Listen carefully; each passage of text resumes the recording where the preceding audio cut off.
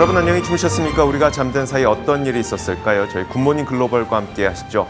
자, 미국 증시가 지난 밤 사이에 한 차례 쉬어갔습니다. 상승세를 보이던 미국 증시가 한 하루 정도 좀 쉬어갔다고 보시면 될 것 같은데 결국 3대 지수는 혼조권에서 마감이 됐습니다. 지금 지수 마감 종가 상황 확인해 보시는 것처럼 다우존스 산업지수는 0.7%로 꽤 크게 상승을 한 반면에 나스닥 지수는 0.19% 정도 약보합권에서 마감이 됐는데요. 이날 시장을 움직였던 커다란 두 가지 요인이 있었습니다. 한 가지는 상승 요인이었고 한 가지는 하락 요인이었었는데 먼저 첫 번째로 상승 요인부터 살펴보자면 월마트가 실적을 발표했습니다. 근데 월마트는 이미 기존에 실적이 안 좋을 것이라고 경고한 바가 있었죠. 그런데 실제로 실적을 까보니까 그 정도까지는 아니구나라고 하면서 월마트의 주가 상승이 다우존스 산업지수의 상승을 이끌었습니다. 덕분에 다우존스 산업지수가 크게 오를 수가 있었던 것이고요. 나머지 한 가지 좀 하락 그리고 부담 요인을 살펴보자면 주택 지표가 발표가 됐는데요. 꽤 실망스러웠습니다. 그러다 보니까 다시 한번 경기 침체에 대한 우려가 고개를 들기 시작하면서 시장의 부담 요인으로 작용했습니다. 이런 것들이 지난 밤사이 미국 시장을 혼조권에서 마무리하도록 만들었었는데요. 자, 여기에다 한 가지 덧붙이자면 밈주식들의 기승이 계속 이어지고 있습니다. 대표적인 밈주식 가운데 하나인 베드베스앤비욘드가 이날 다시 한번 급등을 했고요. 또 게임스탑까지도 좀 기승을 부리는 모습을 보이면서 뭔가 시장에서는 약간 불안한 가운데 시장에 한 차례 쉬어갔다. 이렇게 보시면 될 것 같습니다. 자, 그렇다면 지난 밤 사이 시장에서 어떤 일들이 있었는지 자세하게 살펴봐야 되겠죠. 마감 시황부터 보겠습니다. 최서영 캐스터입니다. 현지 시간 8월 16일 화요일장 마감 상황 전해드리겠습니다. 간밤 뉴욕 증시는 월마트와 홈디포의 호실적에 다우가 5일 연속 상승세를 이어갔습니다.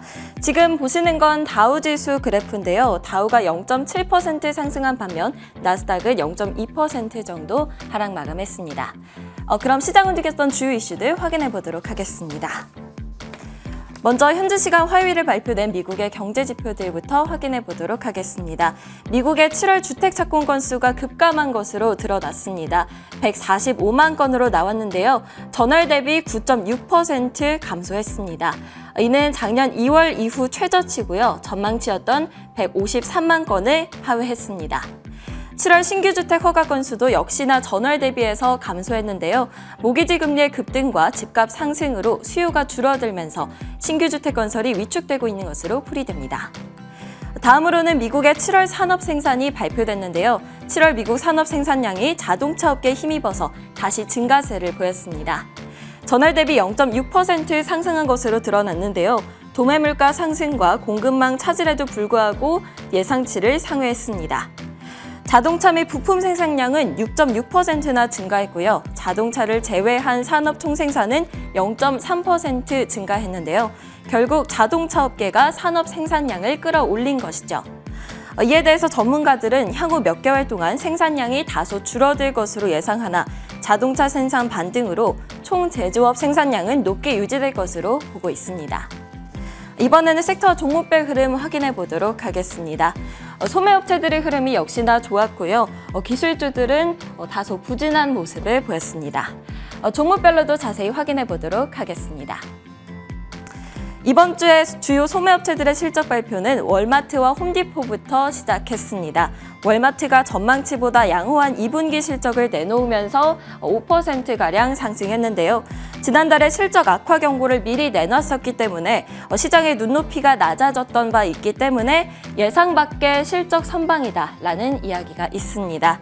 인플레이션에 따른 소비 둔화 우려에도 불구하고 이렇게 예상치를 웃도는 실적을 낸 것은 재고를 털어내기 위한 월마트의 할인 행사 덕분이다라는 분석이 많습니다.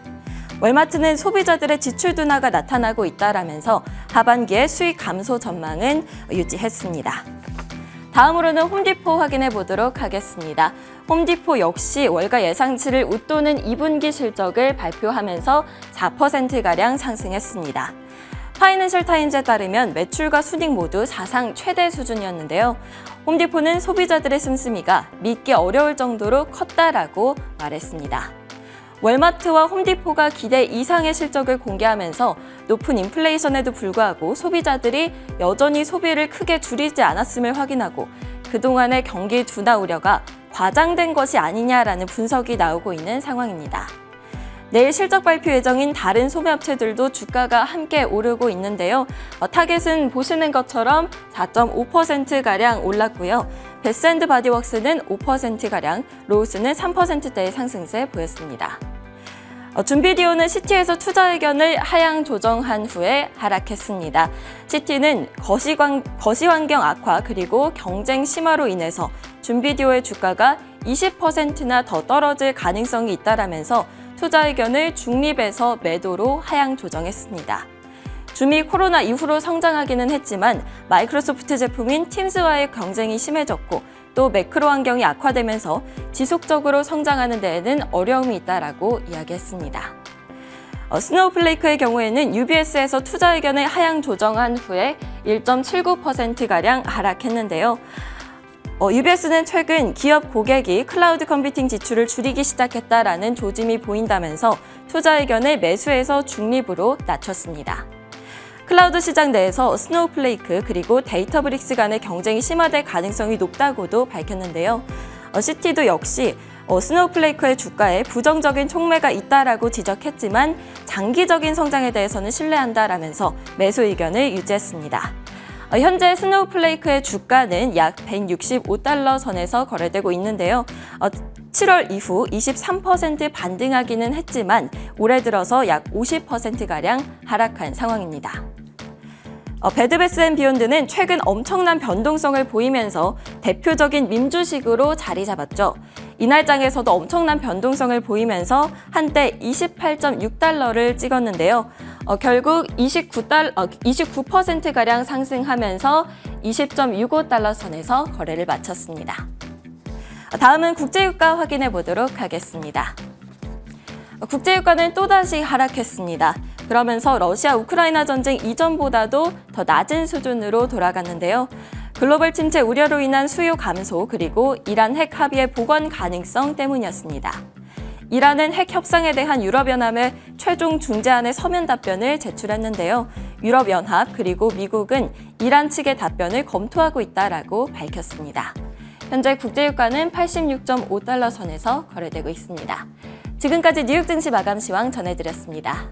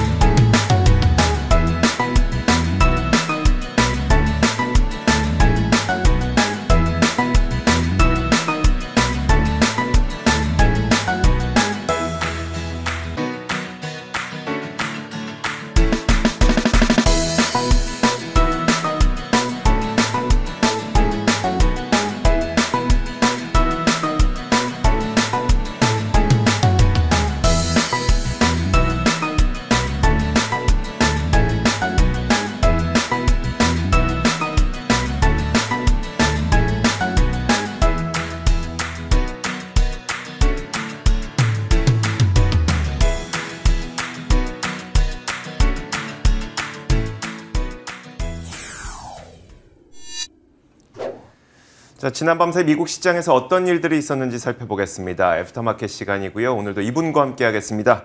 신한금융투자 프리미어센터 최진석 수석연구원 나오셨습니다. 어서 오세요. 안녕하십니까? 네, 안녕하세요. 자, 오늘도 총 4가지의 키워드가 준비되어 있는데요. 첫 번째 키워드부터 한번 확인해 볼게요. 자, 첫 번째 키워드는 이겁니다.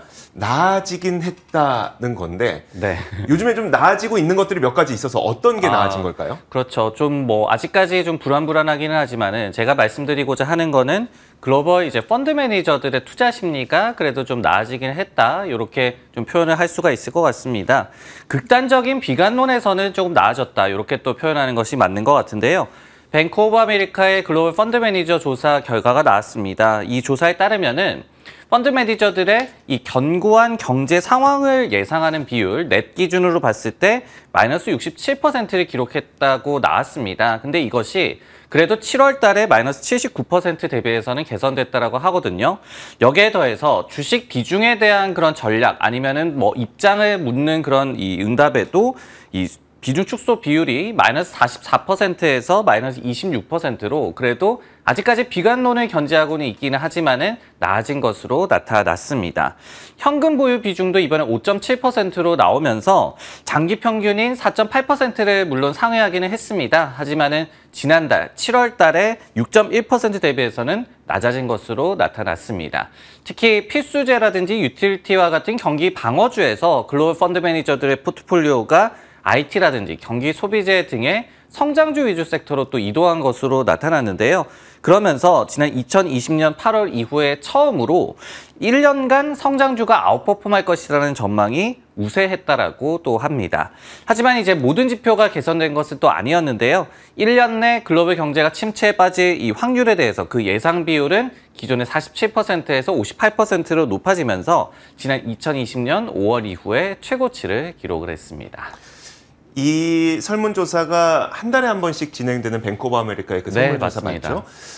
자, 그런데 일단 뭐 선행하는 건 아니더라고요. 지금까지 쭉 보다 보니까. 어쨌든 그래도 현재 시장의 방향성을 잘 보여주는 자료이기 때문에 굉장히 중요한 의미를 갖게 되는데, 그렇다면 펀드 매니저들의 이런 투자 심리가 개선된, 좀 나아진 이유는 뭘까요? 한 두 가지 정도로 꼽아볼 수가 있을 것 같아요. 말씀해 주셨듯이 이것이 뭐 선행한다라기보다는 사실은 또 시장을 따라가는 측면도 있거든요. 그러다 보니까 시장이 반등함에 따라서 펀드 매니저들의 심리도 개선됐다라고 좀 보여지는데, 예를 들어서 이제 현지 시각으로 월요일 기준으로 S&P 500 지수 같은 경우에는 지난 5월 4일 이후에 최고치를 기록을 했고, 그리고 나스닥 같은 경우에도 우리가 지금 시장 바닥이다라고 얘기를 하고 있는 6월 16일의 저점 대비해서는 약 한 23% 정도 반등을 했습니다. 시장이 반등을 하다 보니까 펀드 매니저들 사이에서의 심리도 좀 개선됐다라고 보여지고요.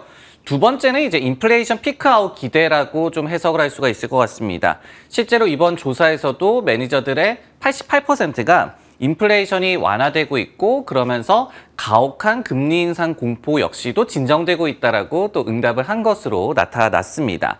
하지만은 이번 조사를 또 관장을 한 뱅크 오브 아메리카 측에서는 여전히 이제 경계를 늦추지는 말아라라고 좀 조언을 하고 있는데요. 그러면서 여전히 펀드 매니저들이 스태그플레이션, 저성장과 높은 인플레이션에 배팅을 하고 있음에 좀 주목을 하라라고 조언을 하고 있습니다. 그 실예가 실제로 이번에도 가장 붐빈 트레이드, most crowded trade라고 얘기를 하죠. 가장 많이 집중을 한 그런 거래에 있어서는 이 US 달러를 매수하는 것, 그리고 뭐 원자재에 대한 투자 등이 꼽혔다라고 하거든요. 네네. 그렇기 때문에 아직까지 좀 경계를 늦출 수 없는 요소도 좀 관측이 됐습니다. 자, 달러에 대한 수요가 이렇게 높다는 게 두 가지 의미를 띌 것 같은데, 첫 번째로 여전히 좀 불안하구나가 될 것 같고요. 자, 이렇게 두 번째로 달러에 대한 수요가 계속 높아지게 되면 또 달러 강세에 대한 우려가 생길 수가 있는 거거든요. 달러 강세는 또 기업 실적에 타격을 줄 수 있으니까 이런 것들이 여전히 약간의 불안 요인으로 남아있다고 보시면 될 것 같습니다. 자, 이어서 두 번째 키워드 보겠습니다. 두 번째 키워드는 바로 이겁니다. 부동산마저인데, 사실 요즘은 증시는 좀 반등하고 있는 모습 보이지만 네. 미국의 부동산 시장은 지난 밤 사이 나온 지표를 보니까 굉장히 좀 다소 부정적인 지표의 모습을 보였습니다. 자, 어떤 내용일지 한번 살펴보자면, 부동산 시장이 좀 식으면서 경기 침체에 대한 우려가 다시 한번 고개를 드는 게 아닌가 싶은 정도인데요. 지난 7월 주택 착공 건수가 9.6% 감소했습니다. 착공이 감소했다는 거고요. 이건 작년 2월 이래 1년 반 만에 가장 안 좋은 주택 착공 실적입니다. 주택 착공이 감소를 했다는 것은 그만큼 높은 모기지 금리, 또 인플레이션 이런 것들 때문에 주택을 짓는 사람들, 신규 주택을 짓는 사람들이 지금 주춤하고 있다는 것을 의미하는데요. 이 지표를 보고 전문가들은 끔찍한 결과다라는 평가를 내놨습니다. 월스트리트 저널에서 나온 표현을 그대로 따라보자면 테러블이라는 단어를 썼거든요. 진짜 한마디로 끔찍하다라고 판테온 매크로 수석 이코노미스트가 얘기를 했습니다. 자, 그러면서 하반기에는 더 부진할 것으로 전망이 되고, 이게 바닥을 치는 건 내년 초쯤이 될 것이다라는 분석을 내놨습니다. 또 한 명의 전문가의 의견을 살펴보면요. 코메리카 방크의 수석 이코노미스트는 사실상 경기 침체가 내년으로 끝나지 않을 것으로 보이는 지표다라고 분석을 하기도 했습니다. 자, 여기에다가 지금까지 봤던 거는 주택을 짓는 사람들의 수요를 본 것이고요. 그렇다면 주택을 사는 사람들은 어떤지를 보면은 사는 사람들도 썩 그다지 좋지만은 않은 것 같습니다. 자, 주택 구매자들이 계약을 취소하는 일이 속출하고 있는데, 지난 7월 계약을 취소한 비율이 17.6%로 급증을 했습니다. 지난 몇 년 동안 보지 못했던 급증 비율이라고 보시면 될 것 같은데요.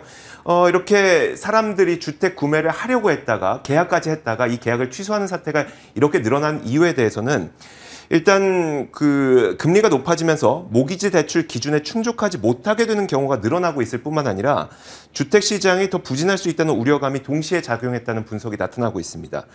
결국 주택 구매 취소 사태가 속출하고 있고 짓는 사람들도 집을 짓지 않고 있고 그러다 보니까 주택 시장이 부진한 것 아니냐. 이거는 결국 경기 침체로 이어질 것 아닌가라는 우려감이 다시 한번 고개를 들게 만드는 것 같거든요. 어떻게 봐야 될까요? 네, 뭐 키워드로 봤을 때 부동산 시장 마저라고 표현을 해주셨지만 네네. 사실 미국의 건설 업계는 이미 좀 침체를 시사를 하고 있습니다. 그러니까 자신들 업계를 두고 얘기했을 때 말씀인데요. 실제로 전일에 8월 달에 NHHB 웨스트파고 주택시장 지수가 발표가 됐는데 이 지표가 8개월 연속으로 하락을 했어요. 그러면서 2020년 5월 이후에 최저인 49를 기록을 했는데 이것도 이제 뭐 PMI 지표와 마찬가지로 50을 좀 경계선으로 두고 우리가 경기 확장이냐 아니면은 침체나 이렇게 좀 가늠을 하는데 49, 50을 하회했기 때문에 이렇게 건설 환경에 대해서 업계 관계자들이 좀 부정적으로 보고 있더라, 비관적으로 보고 있더라라고 저희가 이해를 하는 것이 좋을 것 같습니다.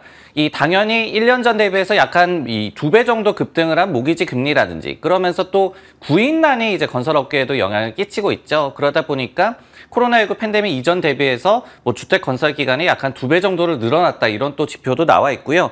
그리고 이제 세 번째로 이에 따라서 공급 부족이 좀 나타나는 것이 가격이 이제 좀 지지를 하는 것과는 별개로 건설 업계에 좀 조정이 지속될 것으로 예상하는 근거다라고 좀 볼 수가 있겠습니다. 그리고 이제 전체적인 경기 침체도 마찬가지죠. 뭐 글로벌 펀드 매니저 조사에서도 저희가 확인을 했지만은 아직까지 완전히 좀 경계를 늦출 때는 아니다라는 좀 경고음이 아직까지 좀 많이 들려오고 있고요. 여기에 더해서 시장이 그렇기 때문에 침체 우려를 너무나도 좀 빨리 좀 떨쳐냈다. 그렇기 때문에 시장이 좀 앞서간 것이다. 이런 좀 경계 목소리도 나오고 있습니다. 이날 같은 경우에는 모건 스탠리에서 몇 주 내에 뭐 단기 조정이 나올 수가 있을 것이다라고 얘기를 했는데 결국 이제 좀 과매수 이 단계에 단기적으로는 진입을 했다라고 또 경고에 또 메시지를 전하기도 했습니다. 네, 시장의 이 반등이 좀 과도하게 빨랐다는 경계 심리가 있다는 점도 참고하시면 좋을 것 같습니다. 다음 키워드 보겠습니다. 자, 세 번째 키워드는 바로 이겁니다. 자, 여러분들께서도 다들 보셨겠지만 먼저 맞길 잘했지. 월마트의 실적 경고가 있고 나서 실적이 발표됐는데 열어보니까 그 정도는 아니네 라는 심리였던 것 같더라고요. 네, 사실 이제 미국 기업들을 보면은 좀 굳이 나쁜 실적을 예비 실적으로 발표하는 경우들이 그러니까요. 많잖아요. 네. 그러면 이제 투자자분들께서는 왜 굳이 이거를 미리 얘기를 해서 주가를 먼저 두들겨 맞느냐 이렇게 좀 의문을 가지시는 분들도 많을 것 같은데 여기에서 그렇게 하는 이유 중에 하나가 좀 나온 것 같습니다. 월마트가 간밤에 분기 실적 발표 후에 주가가 급등을 했는데요. 선제적으로 가이던스를 하향 조정을 했었는데 실제 실적에는 그러면서 안도 반응이 나온 것이 좀 주요한 것으로 지금 해석이 되고 있습니다. 월마트의 7월 결산 분기 실적이었는데요. 매출 같은 경우에 1,528.6억 달러 그리고 EPS가 1.77달러로 나오면서 모두 이제 컨센서스를 상회를 했습니다. 그리고 이제 주요 지표 가운데서도 미국 동일 매장 매출 증가율이 6.5%로 나오면서 컨센서스 5.9%를 상회하는 역시 양호한 결과를 발표를 했습니다.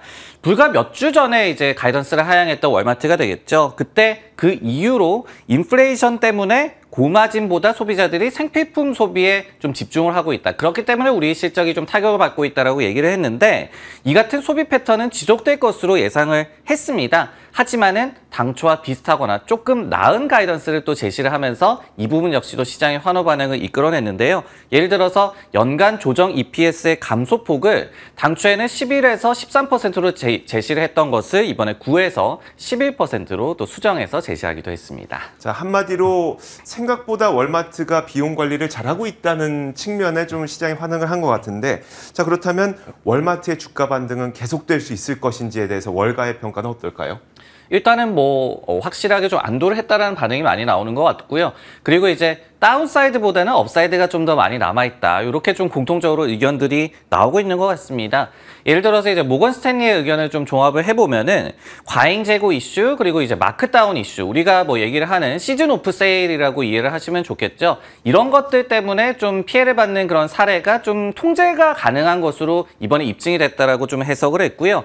그리고 이제 골드만삭스에서도 실적도 컨센서스를 비트를 했고 그리고 가이던스도 상향 조정을 한 것이 굉장히 고무적이다라는 반응을 나타냈습니다. 그리고 이제 BMO 캐피털 마켓에서도 이 분기 마무리가 굉장히 강했던 것 같다라고 평가를 했고요. 이 덕분에 연간 가이던스를 그래도 조금은 상향 조정할 수가 있었을 것이다라고 분석을 했습니다. 마지막으로 이제 스티펠 같은 기관에서도 단기적으로는 이제 미국 소비 트렌드에 있어서는 좀 변동성이 지속될 것으로 예상한다. 하지만은 최근에 유가가 좀 많이 하락을 하고 있기 때문에 이런 부분들은 특히 이제 저임금 소비자들에게 좋은 영향을 끼칠 수 있다. 이렇게 또 분석을 하기도 했습니다. 알겠습니다. 자, 이렇게 월마트 실적까지 봤습니다. 이어서 마지막 키워드 공개하겠습니다. 마지막 키워드는 바로 이겁니다.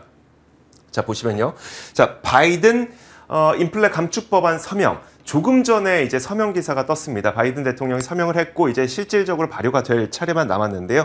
자, 그런데 이 인플레 감축 법안이 마냥 좋은 것만 아닙니다. 일장일단이 있는데 자, 먼저 단점부터 한번 살펴보도록 하겠습니다.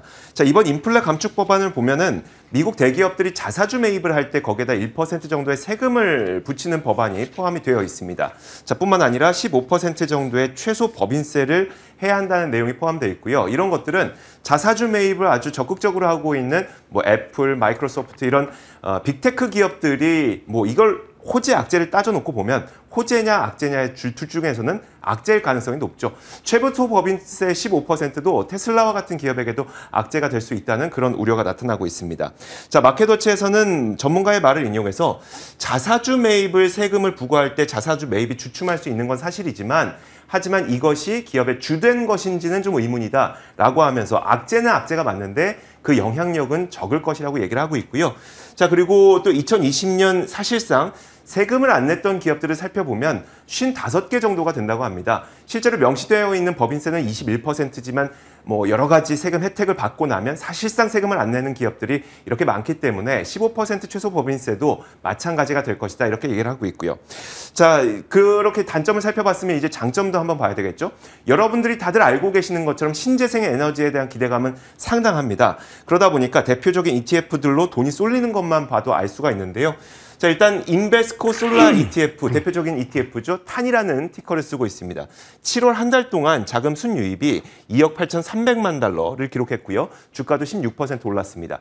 자, 태양광뿐만 아니라 전체적인 신재생 에너지를 아우르는 아이시어스 클린 에너지 ETF, 아이클린이라는 티커를 쓰고 있는데 이것도 마찬가지로 ETF에는 지난 7월 한 달 동안 2,200만 달러 정도의 자금이 유입됐고 17% 정도의 주가 상승이 나타나기도 했습니다.